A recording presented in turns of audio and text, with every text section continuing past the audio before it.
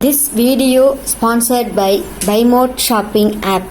BuyMote e-shopping application is one of the online shopping app now available on Play Store and App Store.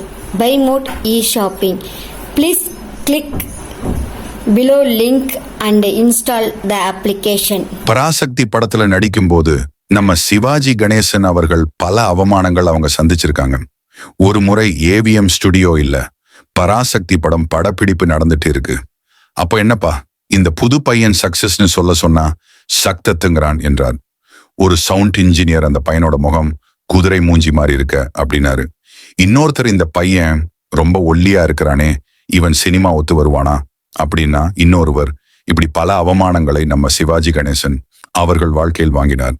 அதன் பிறகு அந்த படத்துல தயாரிப்பாளர் வந்து என்ன சொல்லிட்டாரு, 19-12 ஆம் அதான் அந்த படம் வெளியானது. சிவாஜியை வச்சுதான் அந்த படத்தை தயார் பண்ண ரொம்ப உறுதியாக இருந்ததால அந்த படம் வெளிவந்த உடனே ஒரே நாள்ல ரொம்ப புகையோட உச்சிக்கு போயிட்டா.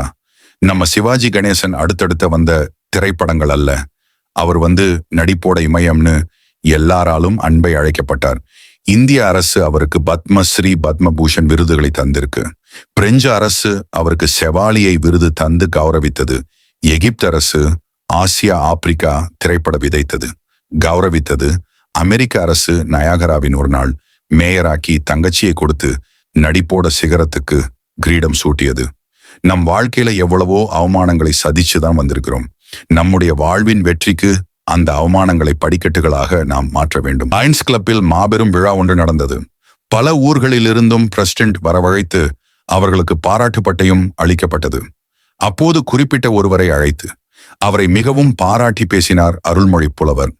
இங்க இருக்கக்கூடிய எல்லா பிரசிடென்ட்டும் செய்த ஏதோ ஒன்றைத்தான் இவர் செய்திருக்கிறார்.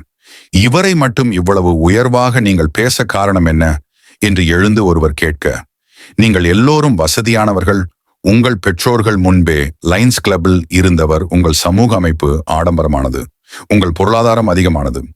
இப்போது பாராட்டக்கூடிய முத்துப்பல்லன் மலைகளில் பிறந்து குளிரில் வளர்ந்து தண்ணீருக்கு ஒரு மலை கடந்து உணவாய் மலையில் விளையும் பொருள்களை உண்டு வாழ்க்கை வாழ்ந்தவன், அதாவது தன் தேவையே நிறைவேறாத சூழல், குடும்ப தேவை ததிகணத்துவம் போடும் நிலை, மற்றவர்களை பற்றி சிந்திக்கவே முடியாத சூழல் நிறைந்த இடத்திலிருந்து வளர்ந்து பிறருக்காக சிந்தித்து பிறருக்காக வாழ்ந்த இவரை பாராட்டுவது சாலச் சிறந்த ஒன்றாக இருக்கும். நம் வாழ்வில் பல அவமானங்களையும் கஷ்டங்களையும் நாம் சந்தித்தாலும் அந்த கடினமான சூழ்நிலை இருந்து நாம் மிக மனதைரியத்துடன் எளிதாக வெளிவர வேண்டும்.